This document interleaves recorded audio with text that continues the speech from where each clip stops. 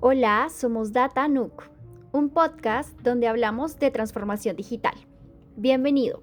Buenas tardes, estamos nuevamente en Datanook. Vamos a saber quién eres, a qué te dedicas y por qué estás acá. Ok, mi nombre es Valentina Sarmiento, yo soy arquitecta y por cosas de la vida estoy en el mundo BIM desde hace 10 años. Entonces en este momento me desempeño como líder BIM de Renove, de la empresa de renovación y desarrollo urbano de Bogotá, y he pasado, digamos, por diferentes etapas en el sector público y privado implementando la metodología BIM acá en Colombia. Ok. Entonces, para iniciar, nos gustaría saber qué te trajo al mundo del BIM desde la arquitectura. Pues mira, cuando yo estudié arquitectura, tenía la fuerte convicción de que no quería tocar ningún computador en mi vida, que quería diseñar, siempre quise diseñar con la mano, tenía todas las plumas, cargaba lápices para todo lado, bitácoras, y no quería por nada del mundo coger un computador.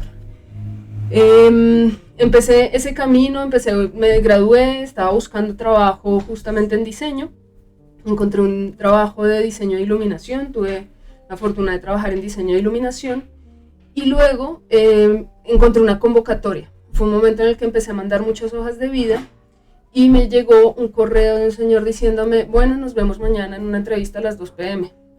Yo vi a la empresa, dije, esta es una empresa de tecnología, no tiene nada que ver con lo que yo hago, pero pues voy porque estoy comenzando mi carrera, Claro. a ver qué nos da. Fui y el señor me dijo, bueno, mucho gusto, Valentina, lo que yo te ofrezco es que tú seas especialista en un producto que no se ha desarrollado tanto en Colombia, que es ArchiCAD. ¿Lo conoces? Yo alguna vez había oído hablar de ArchiCAD, lo había utilizado, pero ya, no más. De hecho, había hecho tuberías con ArchiCAD en ese momento. Y le dije, no, pero pues yo aprendo.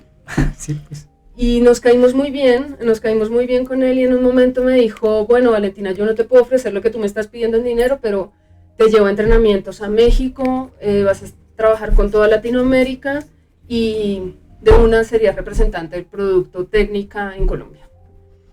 Yo, bueno, pues listo, sin problema. Claro.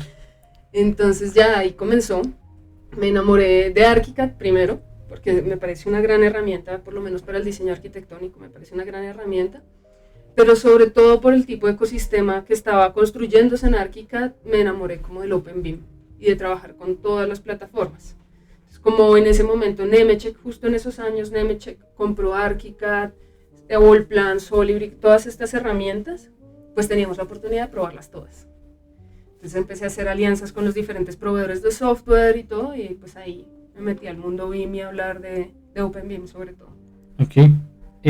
Para terminar esta primera sección, tengo unas preguntitas como, pues, saber un poquito más de ti.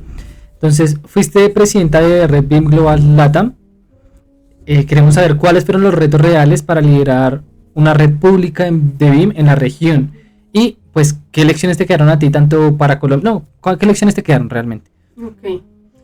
Bueno, yo creo que uno de los grandes retos, yo creo que esa fue una de las grandes experiencias de mi carrera en BIM, sobre todo porque estuve trabajando con las personas más pilas de toda Latinoamérica en BIM, o sea, con los creadores de Plan BIM Chile, con los que están liderando en Argentina, en Perú, en Costa Rica, en todos, pudimos trabajar de la mano.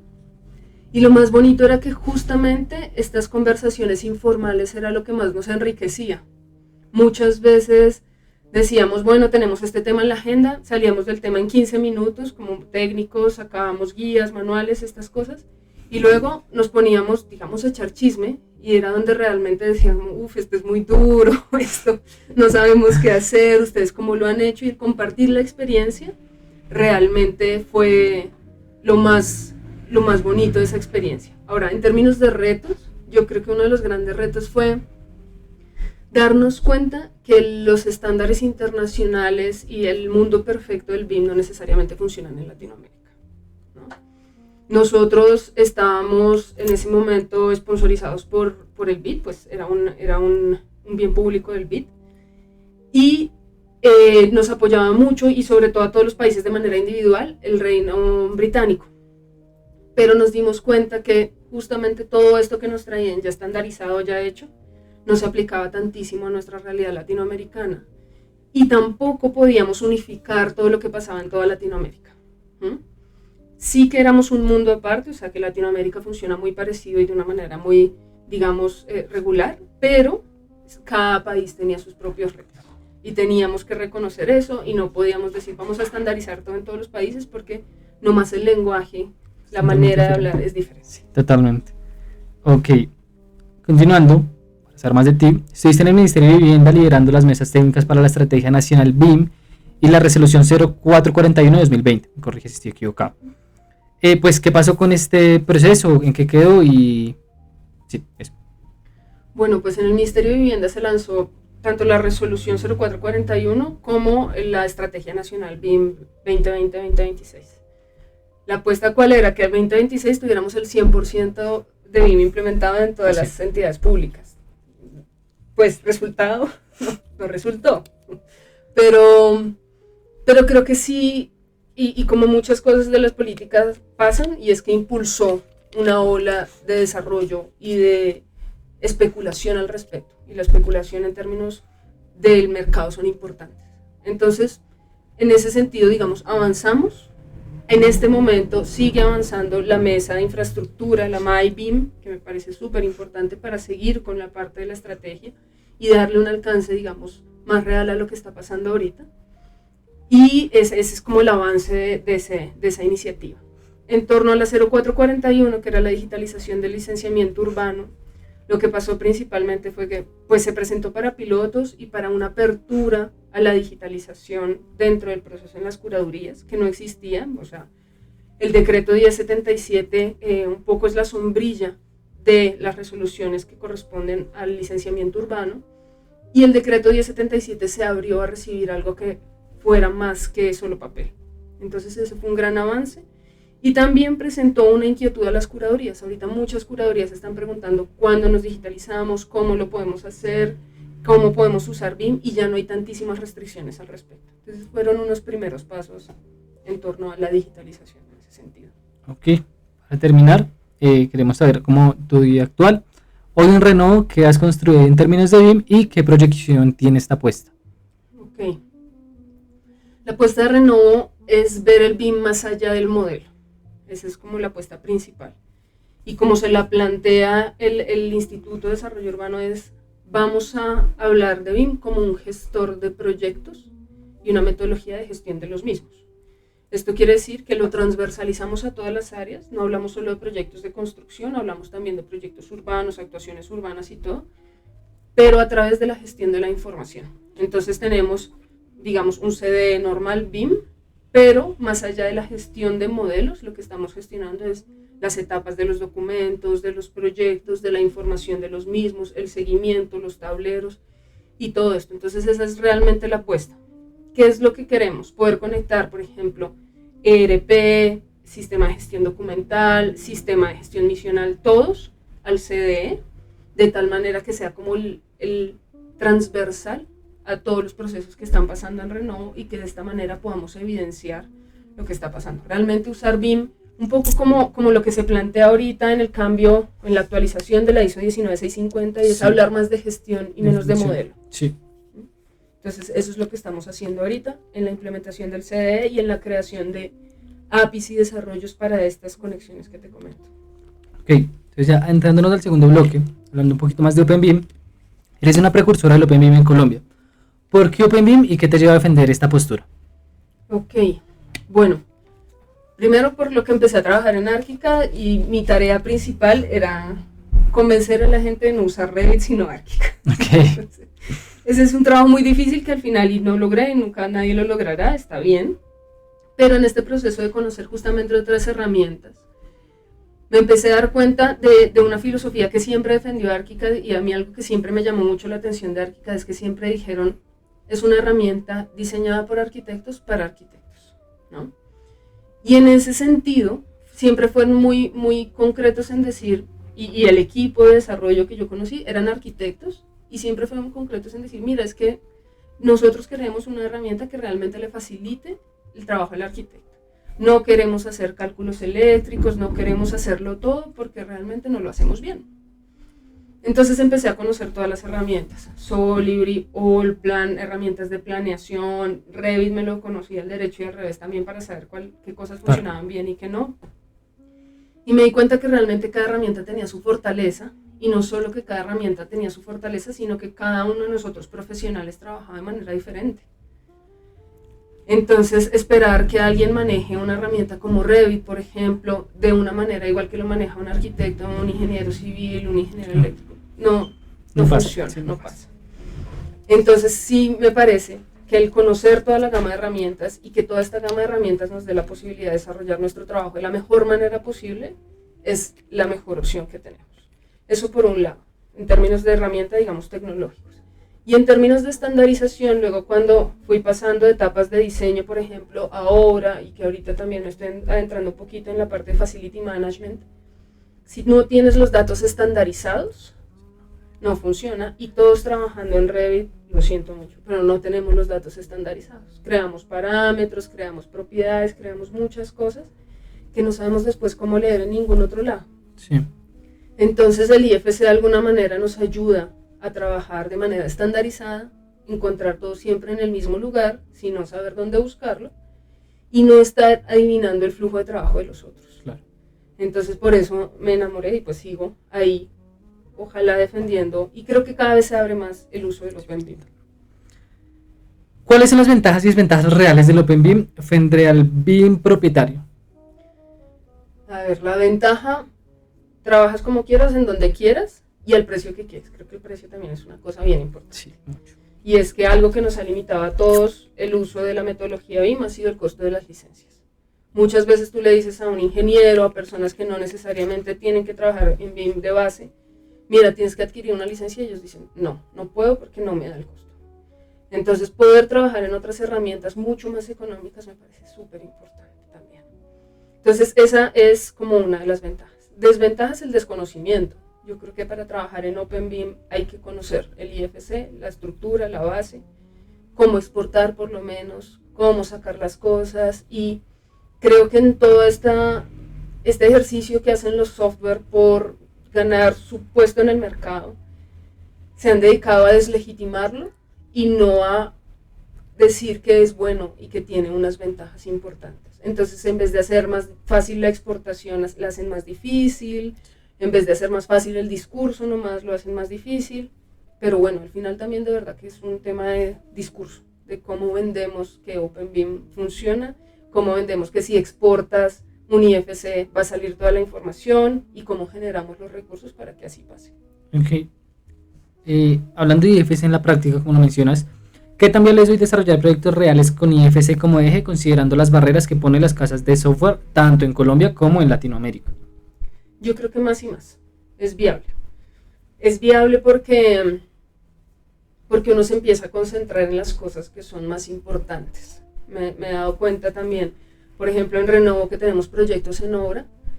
Yo, por ejemplo, si hago revisión de un proyecto, nunca la hago a través del software nativo, sino siempre a través de IFC. Entonces les digo, expórteme IFC, y la información que me llegue a mí es la que yo leo. Si no, no existe. Y un poco así es como se ha venido generando un buen flujo de trabajo, porque entonces ahí yo puedo exportar a tableros de Power BI, ahí yo puedo conectar con otras bases de datos, y yo puedo hacer los cruces que yo necesite. Entonces, es posible en la medida en la que uno sepa cómo manejarlo. Entonces, si yo sé que lo único que me importa, el parámetro que me importa, por ejemplo, y es al que yo, por ejemplo, le doy más importancia, es el sistema de clasificación, yo de ahí mapeo cualquier otra base de datos. Y de ahí yo puedo hacer todos los cruces que yo quiera. Y puedo hacer cortes de obra, y puedo hacer lo que necesite. Entonces, si yo logro eso y le digo a todos, mire, así funciona el IFC, ahí lo vamos transformando, y yo creo que las personas son cada vez menos reticentes a eso, ¿sí?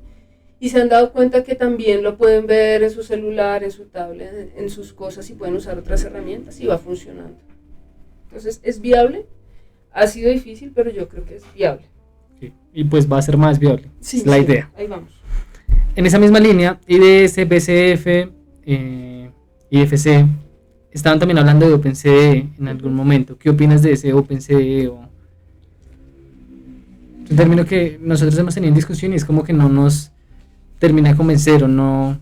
Sí, porque el IDS pues se entiende, el IFC también, el BCF claramente, pero ya hablando de OpenCV es como un poco también el tema de los temas privados de cada proyecto, y entonces, ¿cómo lo ves? Pues que se plantea como un OpenCV. ¿Cuál sería la definición? Es que esa es la pregunta, es lo que no, porque no se ha sacado una declaración oficial, simplemente fue una, creo que sin estimar de la Building, que hablaba de IFC, ¿cómo es? IFC, IS, BCF y pasado a OpenCV. Pues cuál sería esa aclaración o cuál sería ese destino, porque no tiene, uno de los requerimientos para hacer un CD es que sea privado y la seguridad y todo el tema, entonces es como una de las dudas que se ha planteado. Yo no sé si tendría más que ver también con esta capacidad de conectarse con otros sistemas y otras herramientas, ¿sí?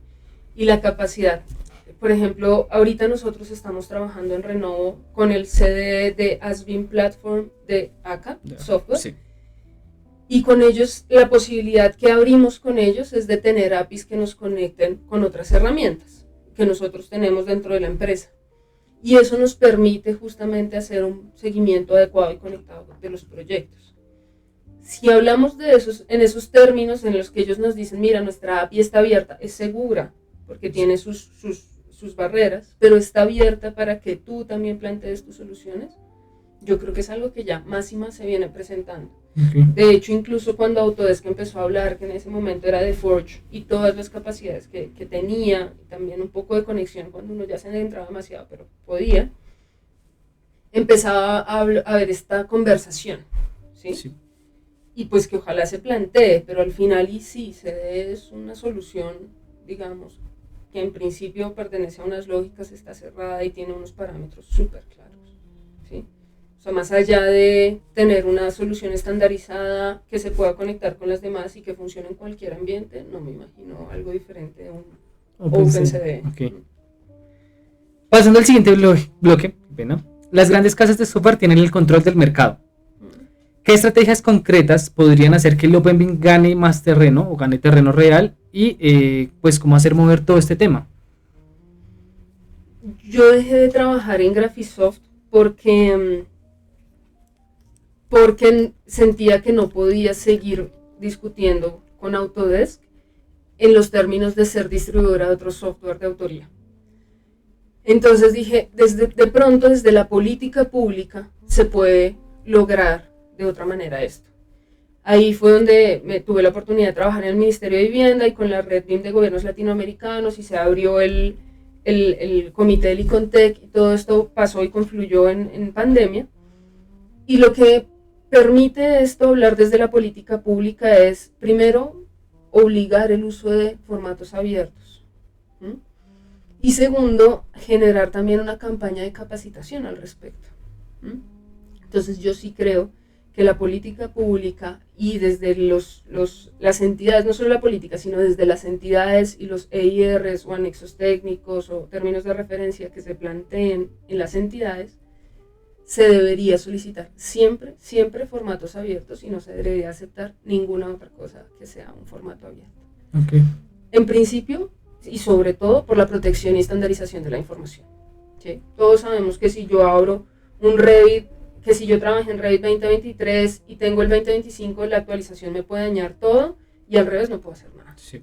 Entonces, ¿cómo hago para asegurar que la información dentro de mi proceso de un proyecto que dura 20 años, porque eso dura nuestros proyectos en Colombia, se garantice a lo largo de todo su ciclo de vida? A través de OpenBIM. No hay otra manera. Entonces yo creo que en ese principio deberíamos trabajar todos, y esa es la manera de impulsarlo realmente. Okay. Y es un requerimiento, y no hay negociación. O sea, ahí no hay democracia que valga. Yo me acuerdo mucho de discusiones que me decían, pero te estás cerrando. Todo lo contrario, yo estoy permitiendo que todo pase como debería pasar. Y al final eso también hace que las casas de software tengan que desarrollar traductores importantes, traductores que lean y lleven la información de manera adecuada. Es un poco la experiencia que tuve con ArchiCAD, y es cuando ArchiCAD se dio cuenta que no podía ganarle la batalla a Revit, pero que le tocaba trabajar con ellos, lo que hizo fue generar traductores de exportación a Revit y traductoras de importación desde Revit. Entonces la información iba y venía sin ningún problema. ¿Qué pasa si todos los desarrolladores de software empiezan a hacer eso? Que en realidad en el fondo no es mayor trabajo cuando hablamos de estandarización de la información. Okay. eso solo lo puede impulsar la gran contratación estatal y la política pública. Claro, si la política se encarga de hacer eso, pues las casas no pueden hacerse de los ojos ciegos, sino hacer, porque eso es uno de los temas, que exportar IFCs es un tema, pues en algunas casas de software es muy complejo. Entonces, sí creo que sería como la única forma. Exactamente.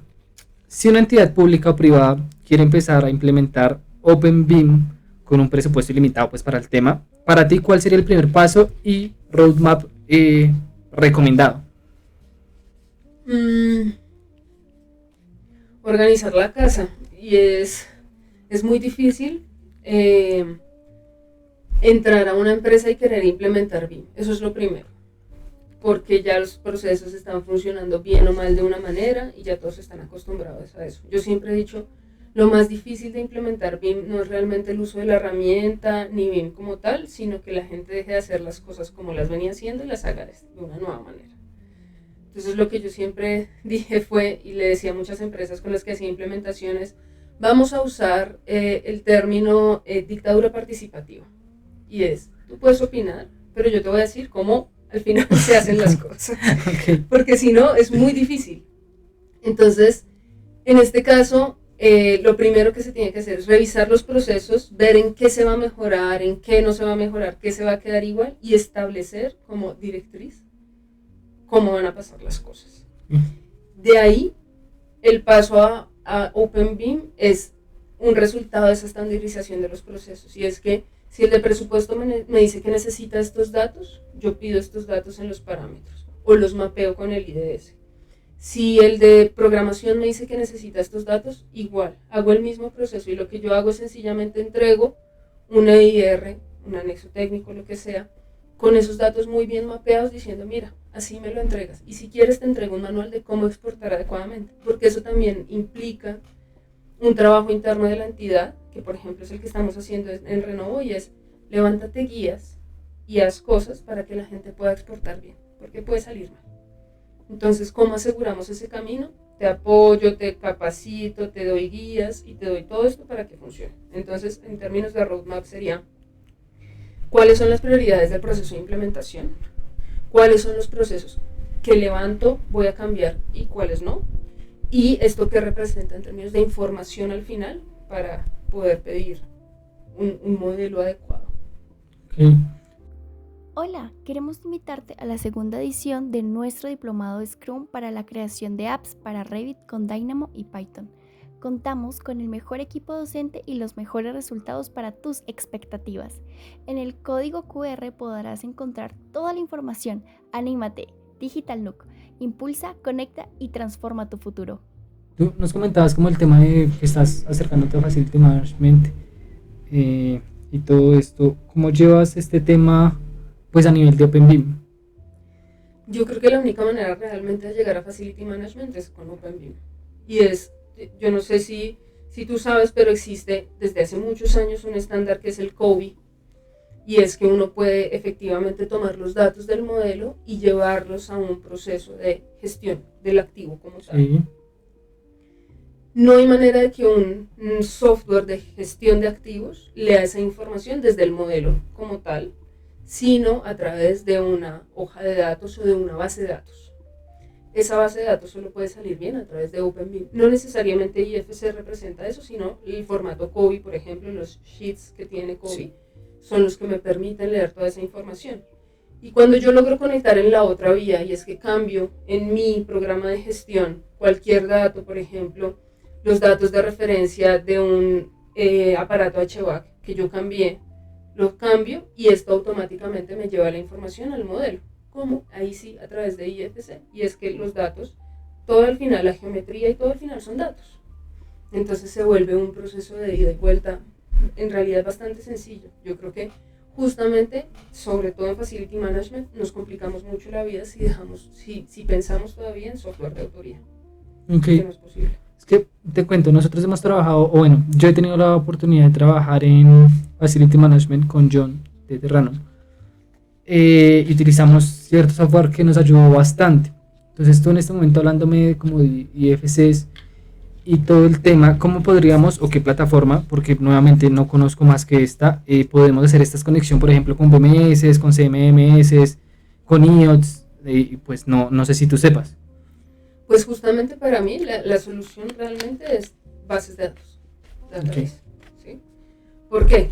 Porque si tú logras la conexión del IFC, que al final es un formato de texto, si lo ponemos en plano, es un formato de texto, logras la traducción a un database estructurado que lea el software que estés trabajando en términos de gestión y que se pueda volver, solo mapeando los datos, funciona sin ningún problema. Okay. Y sin necesidad de un software adicional, no necesitas un software especializado más allá del de gestión de activos, ¿no? Sí. Que sí tiene sus propias lógicas. Pero si logras esa conexión, funciona ida y vuelta y te representa cambios geométricos de manera automática. Okay. Entonces es una cuestión de manejo de datos. No es una solución tecnológica, sino de manejo de datos. Okay. Continuando con el siguiente bloque, se me perdió un momentico ya. BIM y IA. Hay quienes dicen que la IA va a reemplazar a BIM o que BIM ya no es necesario. ¿Cómo es su relación entre IA y BIM? ¿Complemento, sustituto, algo más complejo? Yo creo que con la inteligencia artificial pasa un poco lo mismo en todos los sectores, y es que las cosas evolucionan naturalmente. Y es así como hubo CAD, estamos en BIM y pasará a otra cosa. Que la reemplace o no, yo creo que el tema no es ese, sino el tema termina siendo en qué es lo que se mantiene y qué es lo que se mantiene, digamos, del CAD al BIM y se mantendrá futuro, en que hemos evolucionado en esa línea, y es la información. La gestión de la información. La gestión de la información.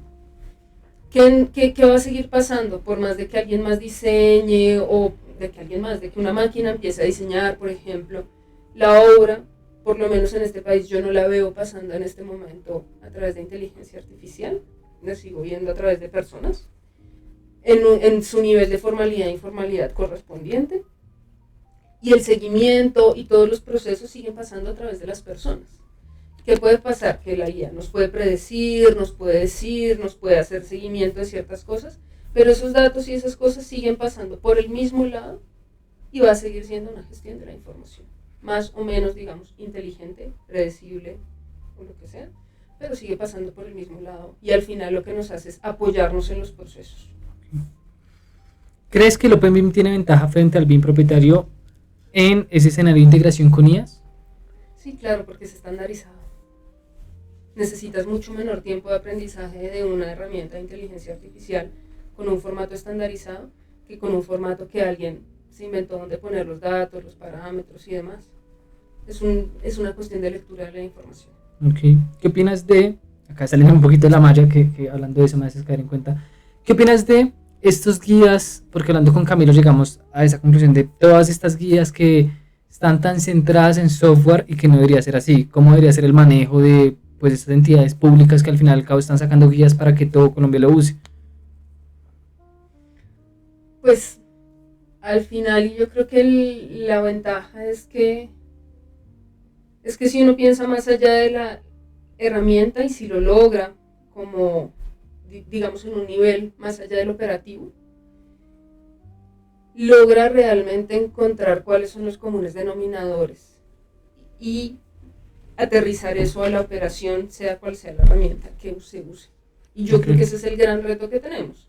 Sí, dejar de pensar en una herramienta específica y pensar más en el proceso y cómo pasaría o cuáles son los datos indispensables que tendrían que pasar por cada uno de los subprocesos, digamos. Yo creo que ese es un gran secreto, y es ver más allá de la herramienta, pero sabiendo también qué hacen todas las herramientas. Porque esa parte es fundamental. Eso te iba a decir, es que para eso hay que tener una experiencia de, bueno, yo entro a una empresa, Renovo, vamos a manejar acá me dijiste, ¿cierto? Pues saber que en los términos de esas guías dicen, por ejemplo, familia, y que así no se maneja, hay que tener cierta experiencia, y no es, o bueno, no sé, creo que sea tan sencillo pues para personas que estén iniciando. Para eso viene como el siguiente tema, siempre hablamos de esto, y es el tema de la educación. La educación BIM en Colombia oficial y no oficial, ¿está respondiendo a lo que el sector necesita y está respondiendo a lo que el sector necesita para OpenBIM? ¿Está respondiendo a lo que el sector necesita en este momento? Sí. O sea, ¿qué se necesita en este momento? Por ejemplo, modeladores BIM de Revit. ¿Está respondiendo? Sí, hay muchos diplomados y hay muchas cosas que hablan de Revit. Sí. ¿Sí? Trabajé en una empresa de formación justamente y mi apuesta era hablar más de OpenBIM. Comercialmente esto cómo funcionaba, no funcionaba. ¿Sí? ¿Por qué? Porque nadie está necesitando en este momento, la necesidad no está creada. ¿Cuál es la necesidad creada? Modeladores en Revit. Que lo hagan de alguna manera, bien o mal, lo que sea, pero modeladores en Revit. A eso está respondiendo lo que está pasando ahorita en la educación. En términos de OpenBIM, primero, y como cualquier mercado, se tiene que generar la demanda. Y en este momento, sinceramente, hay una demanda muy baja en términos de conocimiento de OpenBIM. Okay. Entonces, no tenemos tantísimos productos que hablen sobre OpenBIM y sobre otras herramientas diferentes a la que mandan el mercado. Okay. ¿Y qué opinas, siguiendo esa línea, como el tema de estos diplomados, especializaciones, máster? Porque nosotros haciendo la revisión casi siempre se centran en el modelado. Y es una de las cosas que más nos preocupan porque muchas veces no hablan gestión de la información y eso es lo que se centra BIM, en la gestión de información en todo el ciclo de vida. Yo pienso que es una discusión muy difícil de dar y de verdad lo digo por experiencia, porque pienso que al final estas empresas están respondiendo a las necesidades del mercado. Sí. Están diciendo, tú necesitas esto, yo te doy lo que tú necesitas. ¿Necesitas a alguien que sepa cómo gestionar mucha información? No. ¿Por qué? En principio también porque tienen personas senior que gestionan la información, como siempre lo han hecho, y lo van a seguir haciendo hasta que alguien llegue y diga, venga, vamos a innovar en la empresa. Sí. ¿Sí? Entonces es un tema muy difícil en esos términos. Pero que sí se está plantando la semillita, digo yo, de que en estos diplomados y en estos cursos, poquito a poquito, hay un tema, una clase de OpenBIM. Hay un tema, una clase de gestión de información. Y se está empezando a ver un poquito más que no solo es modelar, sino gestionar la información. Pero yo creo que también va en un nivel de madurez al que todavía no hemos llegado, pero vamos llegando. Okay. O sea, ya estamos levantando un modelo. Listo. Ahora empecemos a hablar de la información que tienen los modelos. Pero ahí vamos. Yo creo que hace parte del proceso de maduración de la implementación de BIM a nivel nacional. Okay. Continuando así, ¿cómo haríamos o cuál consejo le das a estos jóvenes que están saliendo a estudiar o pequeños profesionales que están empezando en el mundo en cuanto a BIM? Porque lo que tú dices, hay diplomados para Revit o modelador BIM, coordinador BIM, que para mí sigue siendo así la información necesaria. Además de esto, no hay una gestión correcta para mí de todos estos cursos, está bien. Sin embargo, ¿cuál es el consejo que tú le darías a todas esas personas que quieren salir? Porque es eso, o sea, la empleabilidad está enfocada en esa. Uh-huh. Hablando con Camilo, él nos decía, y ya lo nombro varias veces acá, es como, antes de fijarse en BIM o ser OpenBIM o cualquier cosa, hay que ser primero que buenos profesionales. Y es algo que sentimos que se está descuidando un poco. Entonces, si tú eres arquitecto, pues sé buen arquitecto. Si eres ingeniero, sé buen ingeniero. Pasando por esto, ¿qué consejo le darías a esas personas que se quieran acercar al mundo de BIM? Entonces, con él hablamos de la certificación de ISO 19650, certificaciones de Building Smart o certificados. O sea, ¿cuál es el consejo que tú le darías a estas personas que están saliendo o a las personas ya un poquito con más experiencia que quieren ingresar a todo este mundo? Que vayan ahora. Que lo primero que hagan al salir es ir ahora.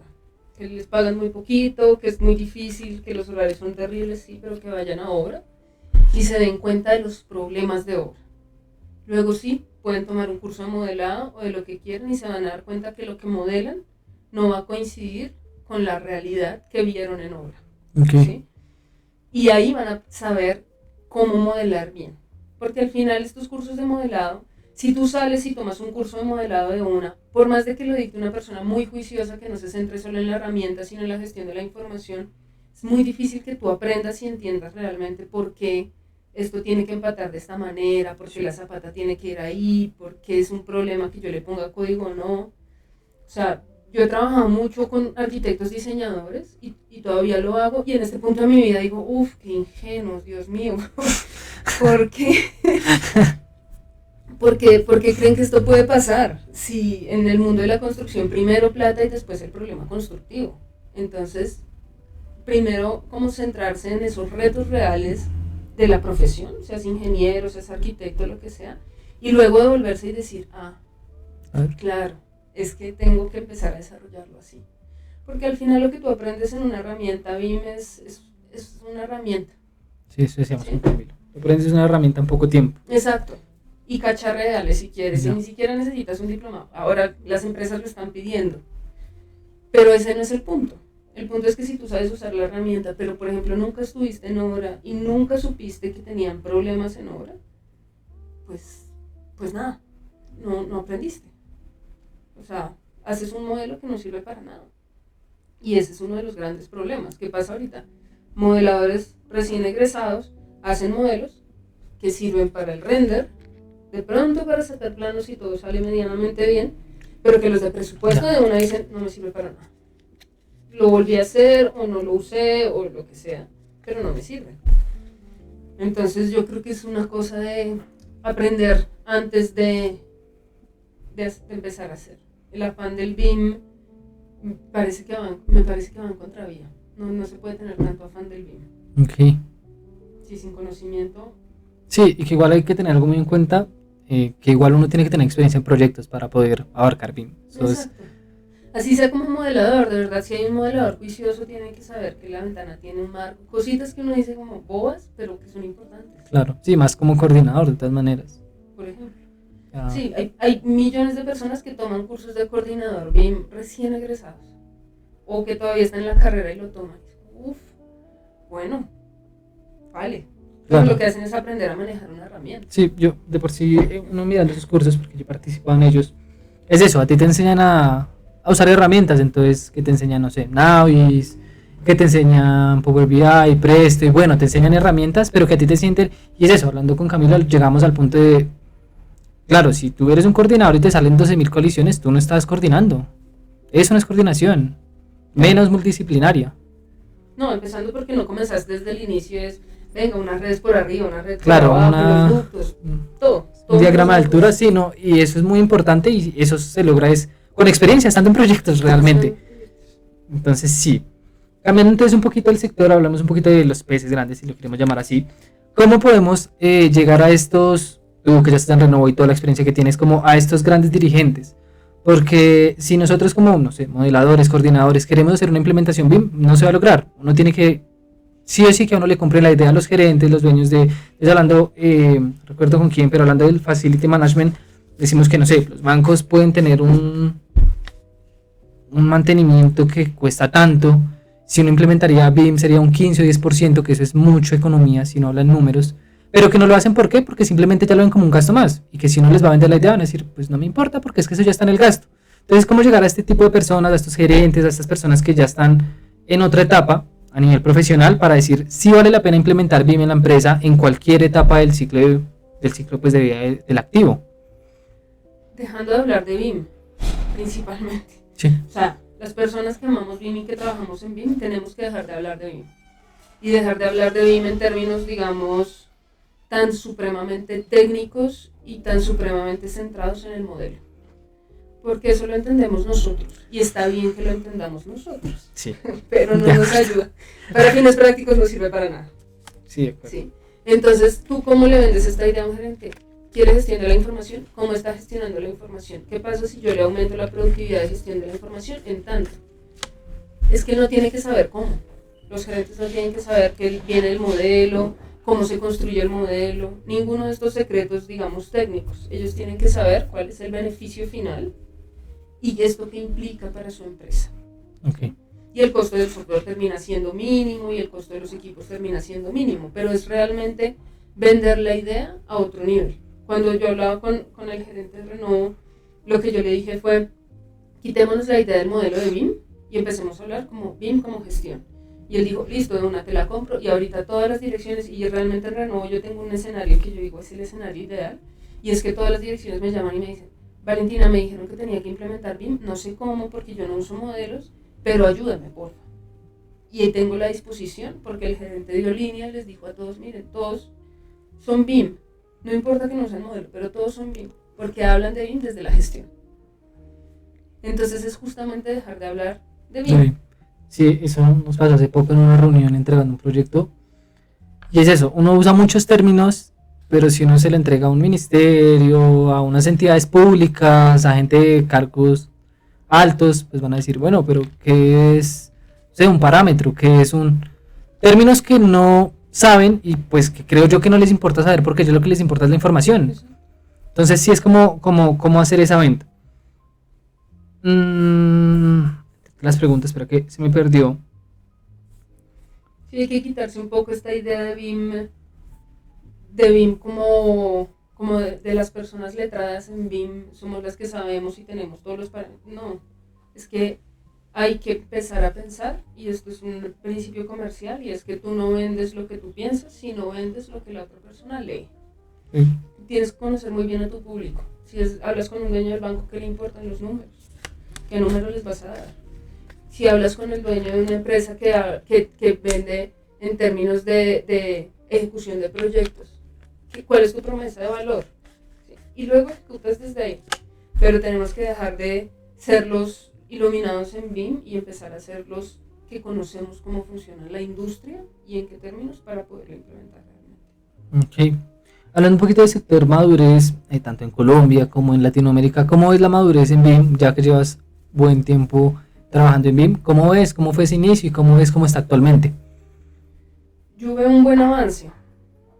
No en los términos en los que me imaginaba, porque realmente, pues primero me imaginé la estrategia y no llegamos hasta allá, parecía mucho tiempo, pero igual, por ejemplo, en ese momento los de Chile me dijeron como, le están apostando duro. Y lo que dijimos fue, es una apuesta. Si sale mal, apostamos otra vez. Ok. Y en términos de OpenBIM definitivamente no.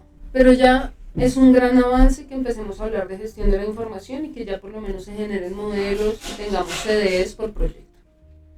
Entonces yo creo que vamos por un buen camino. Como digo, yo creo que los procesos de madurez en los países, de hecho un poco también como lo planteaba la estrategia en Inglaterra, es que pasamos de un CAD a una cosa centrada en el modelo y luego sí hablamos de gestión de la información. Estamos en el punto en el que hablamos de gestión centrada en el modelo, solo en el modelo, y de ahí nos cuesta salir. Pero cada vez tenemos más personas capacitadas, cada vez tenemos más personas hablando de BIM, ya casi no se habla, por lo menos ya uno dice BIM y la gente sabe que por lo menos tiene que ver con un modelo, antes no, hace 10 años no. Entonces ahí vamos avanzando, yo creo que vamos avanzando a un buen ritmo, lo que hay es que empezar a meterle otras cositas. Claro. Sí, es como esa enseñanza, ¿no? De que antes lo difícil que era ver un plano arquitectónico y no se entendía nada, y ahora pues las personas ven y entienden que es un plano, que es una puerta, entonces es como esa integración. ¿Qué opinas de los gurús del BIM? De todos estos personajes que hablan mucho de BIM, que poco, por ejemplo, poco hablan de OpenBIM y que hablan de cosas tal vez desactualizadas, ¿cómo es todo este tipo de personas que sentimos que no alimentan de una forma correcta todo lo que se quiere lograr?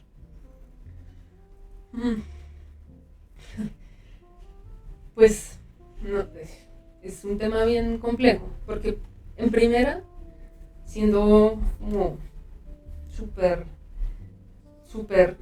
capitalista, diría, por lo menos estas personas ayudan a difundir una idea. Sí. Y que BIM existe. Sí. Y generan fanatismos. Que no sé cómo se genera eso en el BIM, pero genera fanatismos.